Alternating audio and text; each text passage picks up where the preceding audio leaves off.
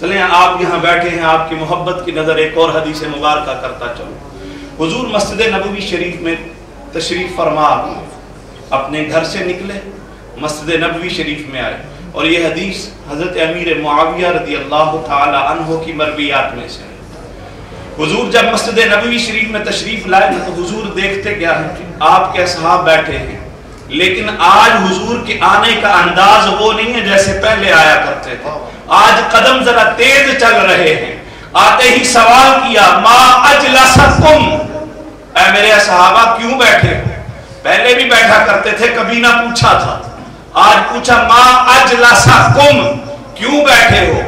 تو صحابہ نے جواب دیا جلسنا ندعو اللہ ونحمدہ علی ما ہدانا لدیننا ومننا علینا بکا یا رسول اللہ۔ حضور ہم یہاں بیٹھے ہیں آپ کے رب کا شکریہ ادا کر رہے ہیں کہ اس نے آپ کی صورت میں ہمارے اوپر انعام فرما دیا۔ کس لیے بیٹھے ہیں آج؟ اسی لیے نا کہ حضور کی صورت میں اللہ نے ہمارے اوپر احسان فرمایا ہے۔ یہ میرا اور آپ کا عقیدہ نہیں ہے کہ میں اور آپ یوں مجلس سجا کے نہیں بیٹھے ہوئے، یہ حضور کے اصحاب بھی بیٹھا کرتے تھے اور حضور کے سامنے برملا کہتے تھے وَمَنَّ عَلَيْنَا بِكَ یا رسول اللہ۔ حضور ہم تو آپ کے آنے کی خوشی میں اللہ کا شکر ادا کر رہے ہیں۔ پھر کہا تم اس پہ قسم دے سکتے ہو؟ ذرا سوچئے تو صحیح، بات کوئی قسم والا لینے کی کیا ضرورت تھی؟ کہا قسم اس لیے لے رہا ہوں کہ آنے والوں کو تو پتہ چل جائے نا بات کوئی خاص تھی جو پوچھی جا رہی تھی۔ وَمَنَّ عَلَيْنَا بِكَ یا رسول اللہ، کہا اب قسم دو اس پہ۔ انہوں نے اسی وقت کہہ دیا اے اللہ کے محبوب، اللہ کی قسم اس کے سوا اور کوئی ارادہ نہیں یہاں بیٹھنے کا۔ پھر حضور نے آنے والوں کے ابہام کو دور کیا۔ کوئی سوچ سکتا تھا کہ نبی گھر میں بیٹھے تھے، پتہ نہیں تھا کہ وہاں کیا کر رہے ہیں۔ یہ تو کہتے ہیں نبی دنیا کی تمام چیزوں کی خبر رکھتے ہیں، تو وہ سوچ سکتا ہے کوئی کہ نبی کو خبر نہ تھی اسی لیے آ کے پوچھا، پھر ان کی بات پہ یقین نہ تھا اس لیے قسم لی۔ لیکن حضور نے سارے جو ذہن میں سوالات آ سکتے تھے ایک جملے میں دور فرما دیے۔ کہا میرے اصحاب، میں نے تم سے یہ قسم کسی بہتان کی وجہ سے نہیں لی، کسی ابہام کی وجہ سے نہیں لی، تمہیں بتاتا چلوں قسم کیوں لی ہے۔ جاءنی جبریل فاخبرنی، جبریل آئے تھے میرے پاس جب میں اندر بیٹھا تھا، آ کے خبر دی ہے ان اللہ یباہی بکم الملائکہ۔ محبوب ذرا باہر نکل کے تو دیکھیے آپ کے اصحاب کون سا عمل کر رہے ہیں کہ آپ کا رب فرشتوں میں ان کے نام کی مجلس سجائے بیٹھا۔ وہ کر کہہ رہے تھے وَمَنَّ عَلَيْنَا بِكَ یا رسول اللہ، یا رسول اللہ ہم آپ کے آنے کی خوشی منا رہے ہیں۔ خوشی ہے آمینہ کے لال کے تشریف لانے کی۔ آج ہم بھی اسی لیے سارے اکٹھے ہوئے ہیں تو ہم آمینہ کے لال کے آنے کی خوشی منا رہے ہیں۔ اللہ نے جب اپنے محبوب علیہ السلام کو بھیجا تو اس وقت اما آمنہ سے پوچھتے ہیں آپ کی کیا کیفیت تھی۔ صرف چند جملے کر کے اپنی بات کو آخر تک لے جانا چاہتا ہوں۔ یہ باتیں آپ نے علماء سے متعدد بار سنی ہوں گی کہ اما آمنہ کہتی ہیں کہ جب حضور کی ولادت باسعادت کا وقت قریب آیا نا تو میں نے دیکھا کہ آسمان کے تارے بھی میرے گھر کے قریب آ چکے تھے۔ مجھے یوں لگتا تھا کہ تارے ٹوٹ کے زمین پہ آ جائیں گے۔ میں پریشان ہوئی، لیکن 3 خواتین میرے گھر میں ان لمحات میں داخل ہوئیں۔ انہوں نے کہا آمنہ پریشان نہ ہو، تمہیں مبارک ہو کہ اللہ تمہیں آخر الزمان نبی عطا فرمانے والا۔ کہا تم کون ہو، تمہارے قد اتنے بڑے، حسن اتنا خوبصورت، تم ہو کون، میں نے آج تک تمہیں نہیں دیکھا ہے۔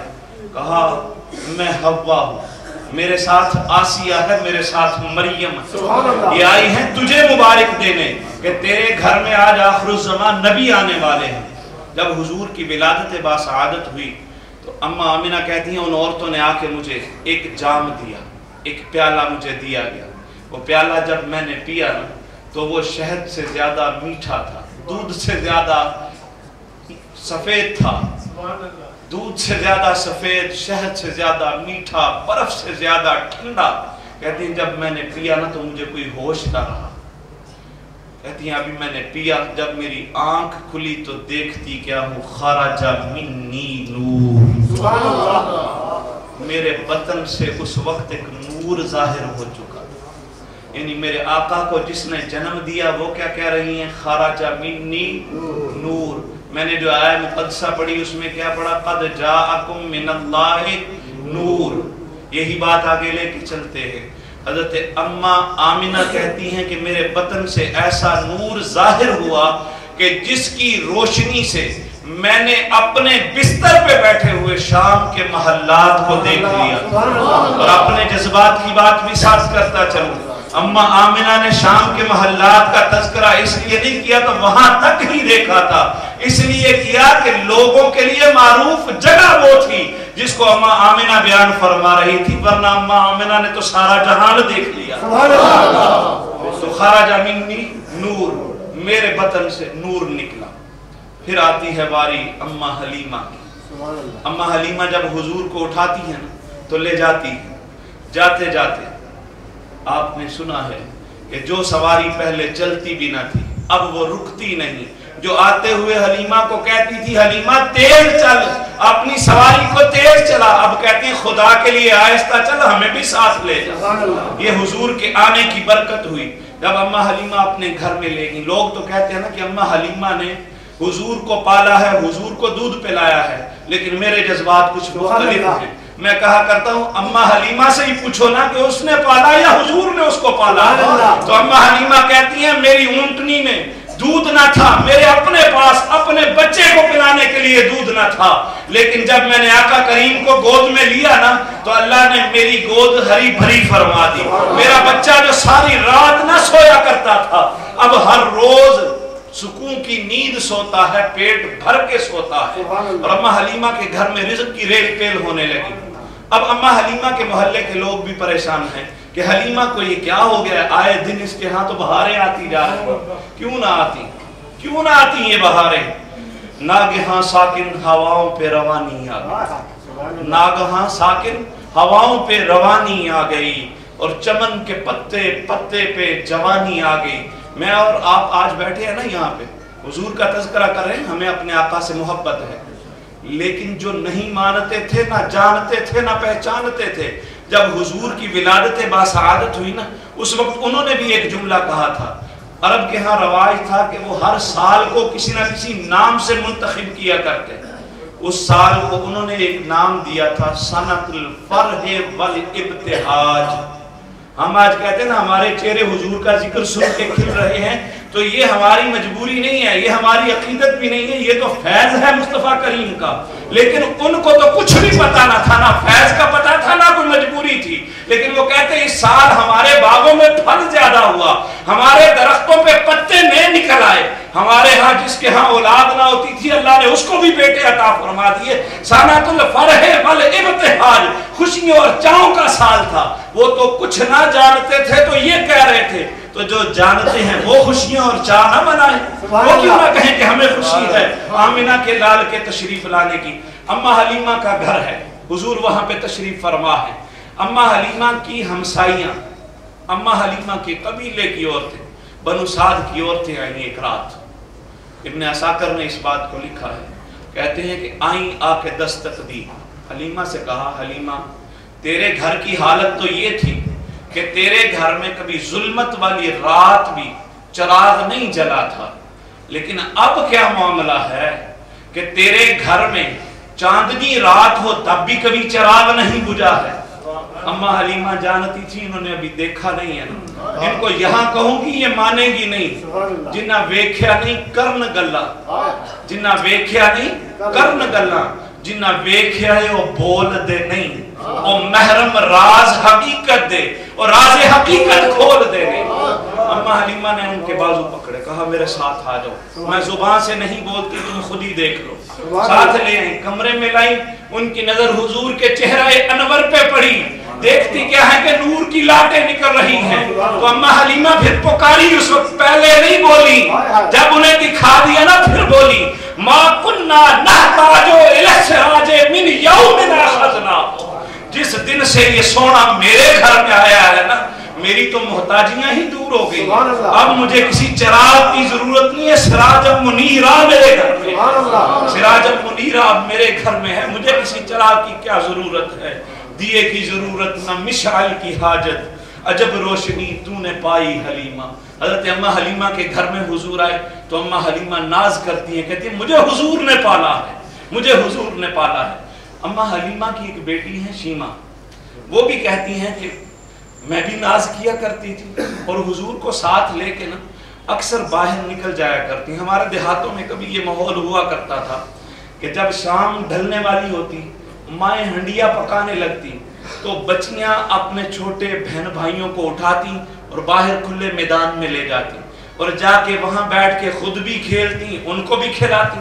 یہ ماحول ہوا کرتا تھا, بزرگ شاید جانتے ہوں گے. لیکن وہاں بھی یہی ماحول.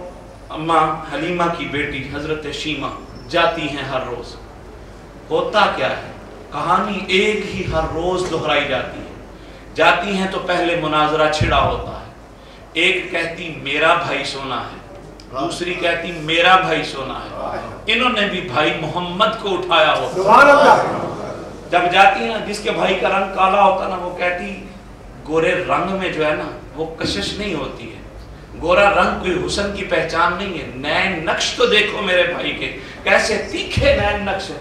کوئی کہتی میرے بھائی کا رنگ بڑا سونا ہے, جس کا رنگ نہ ہو اس میں حسن کہاں سے آیا. جب حضرت شیمہ آتی نا, آ کے کہتی لو میں بھی اپنا بھائی محمد لے آئی, تو وہ ساری یک زباں ہو کے پکارتی کہ شیمہ تیرے بھائی محمد کا تو مقابلہ نہیں ہے, شیمہ تیرے بھائی محمد کا تو مقابلہ نہیں ہے نا. حضرت شیمہ جب حضور کی اتنی تعریفیں سنتی نا, یہ انسان کا مزاج ہے کہ وہ پھر جس کی لوگ تعریفیں کر رہے ہو نا اس کو اپنے سینے سے چمٹانے کی کوشش کرتا ہے, اور جسے پہلے ہی گود میں اٹھایا ہو. حضرت شیمہ حضور کو سینے سے لگاتی, حضور کے رخسار مبارک کو تھپکاتی, حضور کی زلفوں میں انگلیاں پھیرتی اور ایک جملہ کہتی جو لوری حضرت شیمہ کی بڑی مشہور ہے, ربا نبک لنا محمدا, ربا نبک لنا محمدا. حضرت شیمہ ادھر سے حضور کی زلفوں میں اپنی انگلیاں پھیر رہی ہوتی, ادھر سے دعا دے رہی ہوتی, اے میرے رب میرے ویر محمد کو نظر نہ لگ جائے, اے میرے رب میرے ویر محمد کو نظر نہ لگنے پائے. ربا نبک لنا محمدا حتی اراہو یافعا و امرا. اے اللہ جیسے آج اسے بچوں میں حسن دیا ہے نا, اسے سب پہ فوقیت دی ہے, جب جوان ہو جوانوں پہ بھی اسے فوقیت عطا فرما. اور حضرت شیمہ کی یہ دعا اللہ نے سن لی تھی. حضرت شیمہ جب جوان ہوئی, شادی ہوگی کسی قبیلے میں, وہاں چلی گئی. جب حضور مدینہ الرسول ہجرت کر کے آئے نا, حضرت نے مدینہ آنے کا تذکرہ کیا. میرے دل میں اس وقت یہ جذبات انگڑائیاں لے رہے تھے کہ میں بھی بات کروں گا حضور کے مدینہ میں آنے کی. کہ حضور جب مدینہ میں آئے تھے نا, حضور اپنی ناقہ پہ سوار تھے. آنے کا تذکرہ انہوں نے کر دیا کہ آئے تو اس وقت انداز کیا تھا, جب مدینے میں داخل ہو چکے تب کا میں بتا دیتا ہوں کہ تب کا کیا انداز تھا. جب آئے تھے جھنڈے اٹھائے ہوئے تھے, جب آئے تھے جھنڈے اٹھائے ہوئے تھے, جھنڈے ملتے نہ تھے. حضور سے پوچھا گیا یا رسول اللہ ایک بار اجازت دے دیجئے, اتنے لوگوں کا جلوس آپ کے ساتھ جا رہا ہے, نعرے بھی لگ رہے ہیں, تفرق الغلمان والولدان ینادون یا محمد, یا رسول اللہ کہا جا رہا ہے, یا رسول اللہ اب جھنڈا اٹھانے کی اجازت بھی مرحمت فرما دیجئے. حضور نے فرمایا جھنڈا کدھر سے لاؤ گے بریدہ, جھنڈا کدھر سے لاؤ گے. میں اپنے جذبات میں کہا کرتا ہوں بریدہ کو اگر جھنڈا کہیں سے نہ ملتا نا, صرف اجازت مصطفیٰ کریم کا انتظار تھا. اپنا نیزہ کسی کو پکڑاتے, کہتے میرے جسم میں کھونپ کے مجھے اٹھا لے اوپر اور جھنڈا بنا لے, میرے محمد جا رہے ہیں. لیکن آپ نے اپنی دستار اتاری, دستار اتار کے اس کو جھنڈا بنایا. اب حضور مدینہ میں آ رہے ہیں, جھنڈے بھی ساتھ ہیں, نعرے بھی لگ رہے ہیں. جو آپ سارا کر رہے تھے وہ سارا ہوتا رہا ہے, حضور کے اصحاب کرتے رہے ہیں, حضور مدینہ آ رہے ہیں, یہ عمل ہو رہا ہے. جب حضور مدینہ میں داخل ہوئے نا تو طلع البدر علینا کی صدائیں لگ رہی تھی. اور حفیظ جلندری مورخ اسلام نے اس کو اپنے انداز میں بڑا سونا بیان کیا. مسلمان بچے بچیاں مسرور تھے سارے, گلی کوچے خدا کی حمد سے معمور تھے سارے. نبوت کی سواری جس طرف سے ہو کے جاتی، نبوت کی سواری جس طرف سے ہو کے جاتی، درود و نعت کے نغمات کی آوازیں آتی، درود و نغمات کے آوازیں آتی۔ یہ آج ہماری آوازیں ہیں، لوگ بھی سن رہے تھے نا، یہ آپ کی آوازیں نہیں تھی، یہ تو ان کی سنت ادا کر رہے ہیں جو مدینے کی گلیوں میں نکلا کرتے تھے۔ تو میرے صاحب بڑے جوش سے کہہ بھی رہے تھے اور آپ سے التماس بھی کر رہے تھے، اور میں بھی چلیں کرتا ہوں کہ میرے آقا ایک ہے، ہم سب کا دین ایک، رب ایک، مصطفیٰ کریم ایک، تو جلوس کیوں نہیں ایک ہو سکتا؟ باقی آپ کی مرضی ہے۔ درود و نعت کے